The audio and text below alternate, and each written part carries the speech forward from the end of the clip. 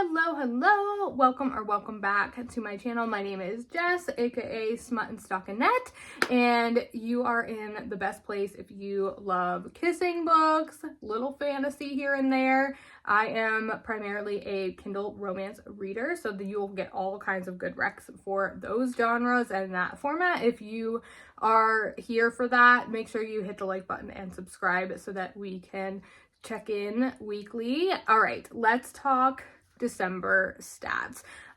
December was not great for me, honestly. I had a lot going on personally. I had a book that published at the end of November and the release went like absolutely awry and it was awful for my mental health. So I was not in the best reading space when December hit, honestly.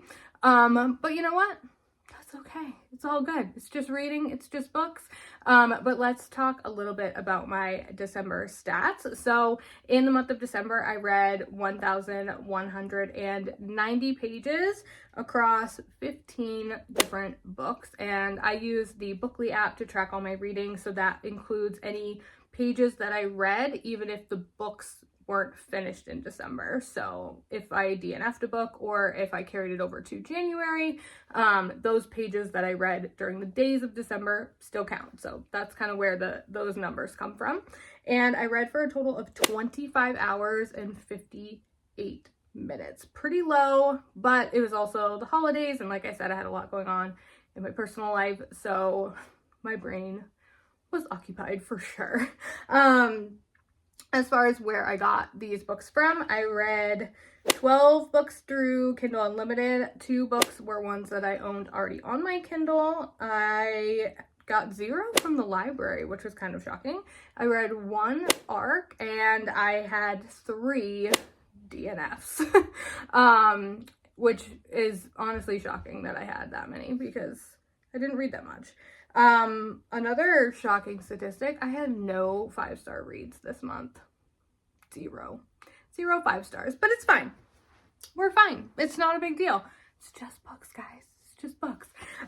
So let's go ahead and jump into my 3-star reads. I had a ton of them, like a literal ton. The first 3-star read that I had was Pro Gamer's Game. This one was really cute. It was like a little novella. I also read a ton of novellas, which is probably why my page read number was like so low.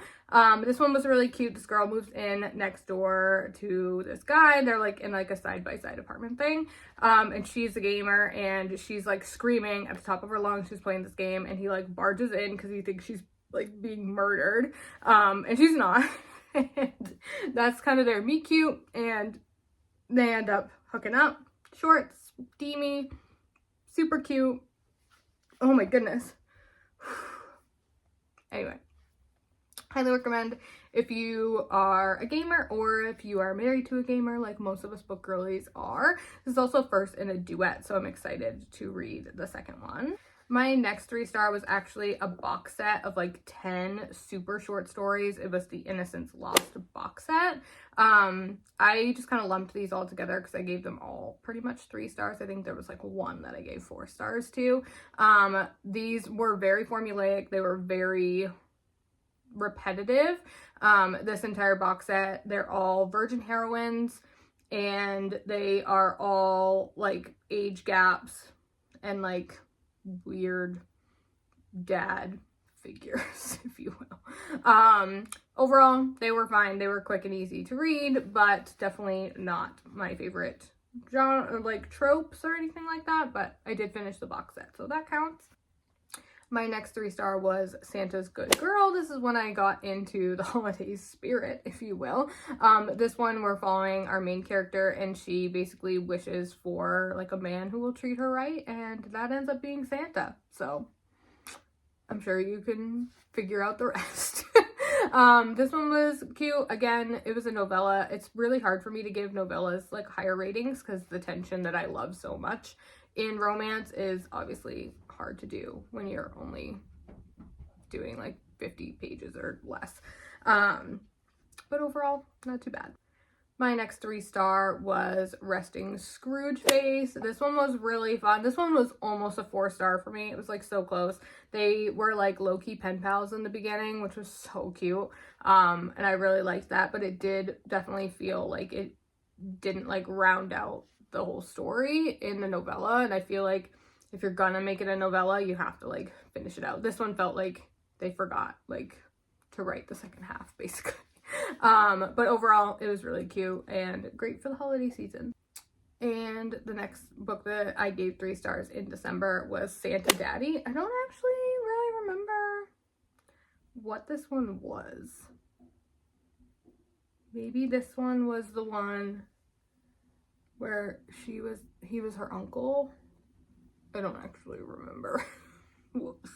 I gave it 3 stars.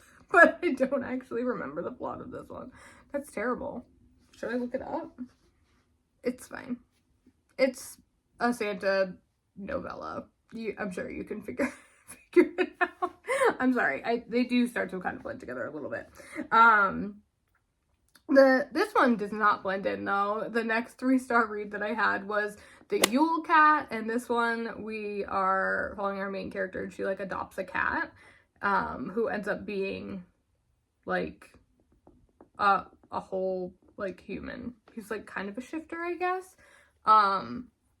Yeah. Monster, smut, holidays, 3 stars. I feel like this is the weirdest and like worst wrap up ever, but bear with me, guys. Next we had Smashed by the Christmas Inflatables, and yeah, I was getting a little unhinged at this point in the month, not gonna lie. This one you're following your main character, and she works at like a hardware store, and she gets smashed by the Christmas Inflatables. There's not really any other way to explain that situation. There was some kind of like magic where, did they come to life? I'm trying to remember. I know that they definitely were not alive when she was, but I can't remember if there was like a magic thing where they did come alive. Anyway, read at your own risk if you're into it. Now we're still in 3 stars, but I started reading the Under the Mistletoe Amazon Original collection. So also in my 3 stars was All by My Elf. This one was cute. Again, they all kind of like blended together, and I don't actually really remember what this one was about. But it was a short, sweet novella. All of the Under the Mistletoe collection, they have free audio included in the KU. I really don't remember. December is a blur, and it's literally only January 3rd. Like, I already forgot that whole month. It's fine. And my last 3-star is Roman. I've been dying to find a good MC romance, guys. I've been dying to find one. This one was not it. It was cute in the beginning. I did enjoy the like suspense of it. Unfortunately, the suspense plot did not wrap up in this first book, which I was a little bit annoyed about, I'm not gonna lie. So I most likely will continue the series, but I'm mad about it. So there's that. In this one, you're following our main character. Her husband died in like overseas. He was in the military, and she goes to stay at this like rental place, and the guy who owns this rental place actually served with her husband in the military, and he also has like a motorcycle club. Yeah, secrets unfold, and the suspense plot does not wrap up, so be prepared for that. 3 stars. Okay, let's go ahead and chat about our 4 stars. I had 3 4 stars this month. Or should we do DNFs next? Because normally I do DNFs before my 5 stars, but I don't have any 5 stars. We'll do DNFs next. Okay, I had 3 DNFs. The first one that I DNF'd was Blood Moon. This is about like a girl and a vampire. I think a witch and a vampire. The vampire's name was Vlad, and if you've ever played The Sims and there's like, and you have the paranormal expansion pack, there's this really creepy vampire guy named Vlad. I could not read about a vampire named Vlad. I just couldn't do it. So I DNF'd it. And I'm sorry. The next book that I DNF'd was Spookily Yours. This one I actually carried over from October. I was really enjoying this one, and I'll probably go back to it in the spooky season, but I didn't finish it in October, and then I didn't DNF it in November, and so it had been like a month and a half, and I hadn't touched it. And so I finally DNF'd it in December. But I will most likely go back to it because I did really enjoy the beginning. This girl like adopts a cat, and he is actually a man who was cursed, or was he a demon? I think he was a demon. He was like a demon that was cursed to be a cat. And she has to like help like break the curse for him, but he's a cat, so like whatever. It was so cute in the beginning, but again, I let it lapse too long. I didn't read it fast enough, and then I just fell out of it. So next spooky season, hopefully I can get back to it and finish it. But it was cute in the beginning, for sure. And my last DNF for December was The Hooker and the Hermit. This one is a rugby romance. He is like the bad boy rugby player, and she is like PR who is trying to like help clean up his act a little bit. I started reading this one after I read A Little Complicated by Kelsey Ray. And I was in such a book hangover that I ended up, I just could not, this book did not keep my focus because all I was thinking about was that other book. So, and I finished A Little Complicated in November. So I'm not going to talk about that one here because it was like a 10 star. But I just could not, it didn't keep my attention. So unfortunately that one was a DNF as well. All right, let's talk about our 4-star reads since we didn't have any 5-star reads for December.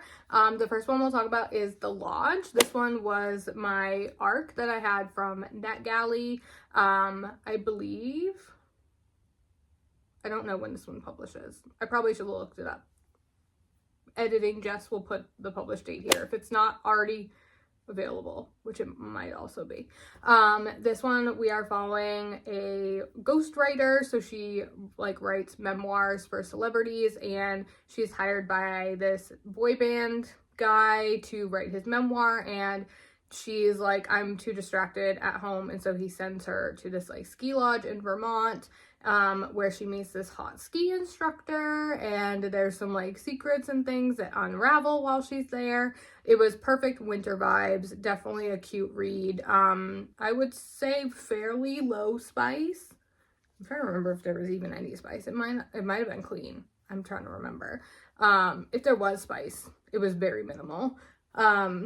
But it was super cute, and I had a great time. Also, because I live near Vermont, I was feeling the vibes when it was snowing here, and it was snowy where she was, so that was great. Going back to the Under the Mistletoe series, I read Cruel Winter with You. Sorry, I totally forgot. This is the first book in that series by Allie Hazelwood, and this one, let's see if I can remember what this one was about.